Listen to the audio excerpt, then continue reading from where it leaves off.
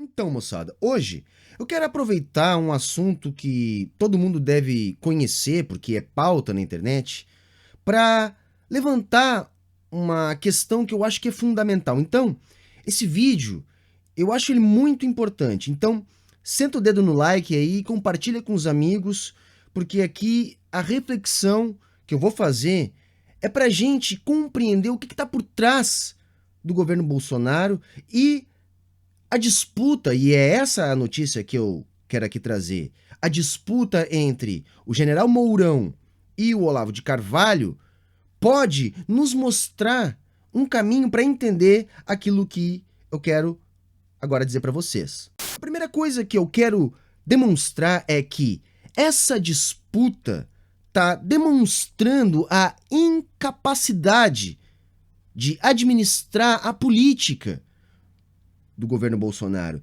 E isso, evidentemente, tem um preço. Que incapacidade é essa que eu tô falando? A incapacidade de conciliar os interesses do real poder que chegou a Brasília com a eleição de Bolsonaro.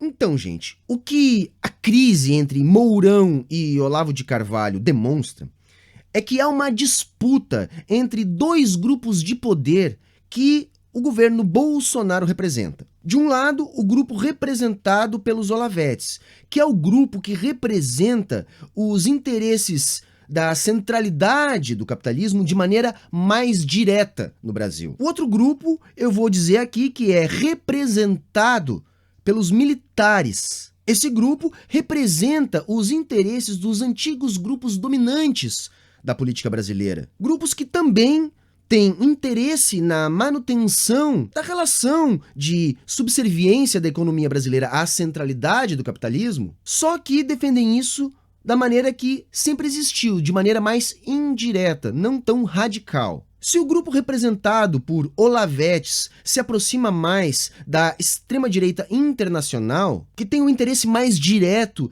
em defender a economia comandada pelos Estados Unidos, por outro lado, o grupo que é representado nesse momento pelos militares representa o setor rural brasileiro, o setor varejista brasileiro e o que sobrou da burguesia industrial nacional. Esse grupo não é tão ligado aos interesses diretos da nova conjuntura da economia global, onde os Estados Unidos precisou reverter um pouco desse processo a fim de aprofundar a exploração, já que está em guerra.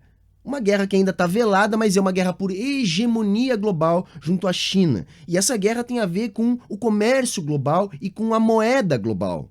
Ou seja, esse grupo é mais ligado às antigas relações e o grupo dos Olavetes mais ligado à nova proposta de relações para a economia internacional que se configurou a partir da última crise grave do capitalismo e que, a partir da chegada de Trump ao poder, parece estar sendo executada de maneira mais direta. Ok, mas esta análise até agora está desprezando o setor mais importante da economia brasileira e, portanto, o setor mais importante da política brasileira, que é o setor bancário.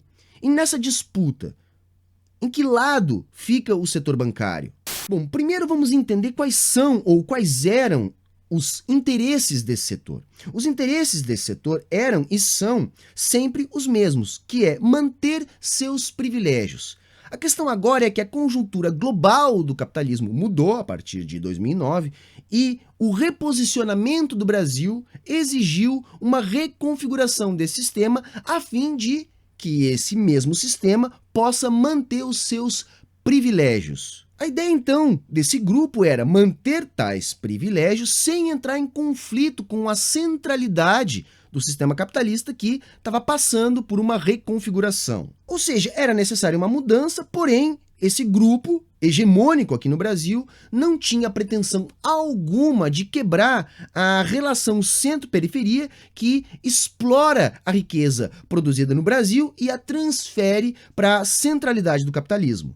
Desse modo, esse setor, que também é um setor que comanda a mídia, porque é o mais rico e nossa mídia é concentrada e, portanto, muito cara, se dedicou muito mais a primordialmente desconstruir, desestabilizar e inviabilizar o processo político que o Brasil vinha do que propriamente produzir uma alternativa de processo político. Esse grupo, ao se sentir ameaçado pelo grupo que estava no poder e pelo processo político que vinha sendo implantado, incorporou o que há de mais moderno em estratégia de guerra política para desestabilizar e inviabilizar a permanência desse grupo no poder. O que a gente pôde perceber nas últimas eleições é que essa via alternativa que não estava sendo criada durante esse processo estava sendo delegada para os antigos grupos de poder. Estes grupos da política burguesa nacional seriam os responsáveis por oferecer uma alternativa política. A questão é que a estratégia utilizada para desestabilizar o grupo que estava no poder e assim inviabilizar tal grupo foi tão drástica que impediu a política tradicional de produzir uma alternativa que fosse viável. Sendo assim, o que restou como alternativa foi o subproduto de toda a engenharia social construída para interromper aquele processo político. E esse subproduto é Jair Bolsonaro. E aí eu quero chamar a atenção para um ponto, gente. Não há uma ligação direta entre a ascensão de Bolsonaro ao poder com a ascensão de outros líderes extremistas da direita pelo mundo.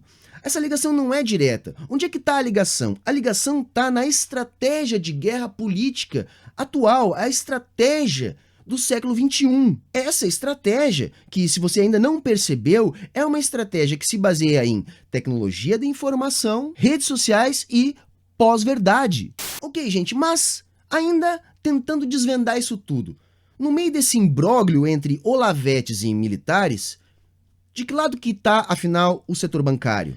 Para entender isso, vamos entender o seguinte: ambos os lados não oferecem risco nenhum ao setor rentista. O setor bancário, diferente dos militares e olavetes, não escolheu Bolsonaro, se obrigou a ficar com ele. Evidentemente que para esse setor, Meirelles, Amoedo ou Alckmin seriam opções muito mais seguras. Só que essa disputa agora pode ameaçar o setor bancário, que é justamente o mais influente e mais poderoso do real poder por trás do governo Bolsonaro. E a ameaça, gente, não é a vitória do lado A ou do lado B. A ameaça é a disputa em si. Sim, porque essa disputa produz uma ineficiência, uma instabilidade e, portanto, uma paralisia. Só que aí vamos pensar o seguinte, que se por um lado o grupo que representa mais diretamente os interesses da centralidade do capitalismo, o grupo dos olavetes, é o grupo que pode trazer retornos mais imediatos e mais vultuosos para o setor bancário, o grupo que é alinhado mais indiretamente à centralidade do capitalismo não representa ameaça nenhuma, porque afinal de contas é um grupo que crê no mesmo conjunto de premissas que acabam mantendo a nossa macroeconomia como um Robin Hood às avessas, que transfere riqueza de quem trabalha e produz justamente para o setor bancário. Só que o que eu tenho visto, gente, e aí é um ponto que vamos prestar um pouquinho mais de atenção, é que esse grupo representado aqui, no que eu estou dizendo para vocês, pelos militares, parece ter muito mais condições de tocar o projeto político, de fazer as mediações. Isso me conduz a crer que talvez esse grupo possa ser o preferido. Só que aí o problema aparece aonde? Bolsonaro, ao que tudo indica, parece preferir, e está demonstrando isso, o grupo representado por Olavo de Carvalho. Bom, eu digo isso baseado em quê? Bom, me baseio na resolução da crise do MEC, onde pareceu para todo mundo ali uma queda de braço entre militares e olavetes, vencida por olavetes, mesmo com a demissão do Vélez Rodrigues. Esse novo ministro parece ser alguém mais capacitado ainda para executar o projeto Olavete na educação. Ou eu posso citar um episódio bastante mais recente, que é a publicação de um vídeo lá nas redes sociais do Bolsonaro com críticas diretas e contundentes contra os militares. Vídeo esse que depois foi apagado, inclusive. Isso para não falar na postura do Carlos Bolsonaro, que é uma espécie de porta-voz extraoficial do governo e não vem poupando críticas a Mourão e, portanto, aos militares. Concluindo então, gente, eu percebo que a presença de Jair Bolsonaro pode, na verdade, estar atrapalhando o melhor desenrolar do projeto que é o objetivo do real poder. Ou seja, o presidente pode estar atrapalhando o setor financeiro, fazendo com que as reformas estejam caminhando mais devagar do que precisariam. Eu posso aí citar como exemplo, para ilustrar o que eu estou dizendo, a própria reforma da Previdência, que está andando apesar do Bolsonaro. Porque convenhamos, gente, Bolsonaro censurando dados sobre a Previdência, sobre tudo que envolve os argumentos que justificam essa reforma, dados esses que talvez nem existam, não ajuda. Assim como também não ajuda ele aparecer na TV gaguejando lá para tentar convencer as pessoas de que é tudo bom e que é tudo uma maravilha. Na realidade, isso parece atrapalhar, assim como também a estratégia de pegar lá um caso irrelevante, porém estapafúrdio, para chamar a atenção enquanto que o governo fica ou paralisado ou tentando empurrar ainda aqui a trancos e barrancos a reforma da Previdência, também parece não estar mais adiantando, porque isso joga contra a opinião pública. Se não diretamente com a opinião pública que está dividida, no mínimo atrapalha junto ao fisiologismo do Congresso que tem que aprovar as reformas. Outra coisa que está parecendo evidente é que os congressistas, sobretudo os mais experientes, que são ainda a maioria e rapidamente conseguem cooptar os mais jovens, estão todos percebendo a fraqueza, a inabilidade do Bolsonaro e com isso também pedem um pouco mais. E como é que eu ilustro isso? Bom, é só você clicar aí no Google e vai perceber que cada congressista para votar a reforma está levando aí 40 milhões em emendas. Então, gente, para encerrar o vídeo, é sério, é muito sério.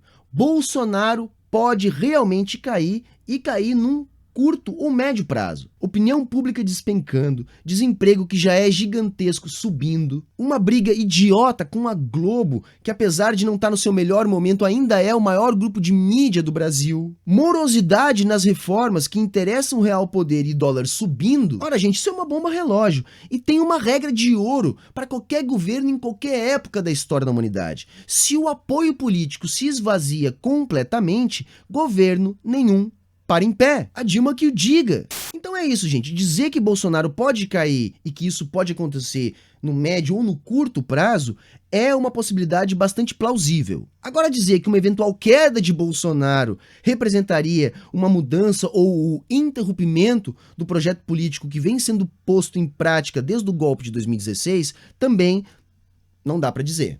Tá ok, moçada? Eu acho que esse vídeo é muito importante porque ele resume bem o que tá por trás do jogo político onde Bolsonaro é o bufão, mas quem dá as cartas é o real poder. Então, clica no sininho, se inscreve, compartilha com os amigos esse vídeo e, claro, todo o conteúdo aqui do Sai da Matrix é um oferecimento dos nossos mecenas, que é como eu chamo as pessoas que gentilmente colaboram para a manutenção do canal. Não há nada mais socialista do que ajudar com R$1 ou R$2, aquilo que é pouco para você e é muito para canais que precisam se manter aqui de maneira independente. Os canais da direita, como eu estou insistindo, sempre tem canais de financiamento. Agora nós, classe trabalhadora, precisamos uns dos outros. Então, se você pode ajudar e quer ajudar, vai estar aqui embaixo o nosso link com o site do Sai da Matrix e lá todas as plataformas para estar colaborando e ajudar na manutenção do canal. Tá ok, moçada? Falou, valeu e até a próxima.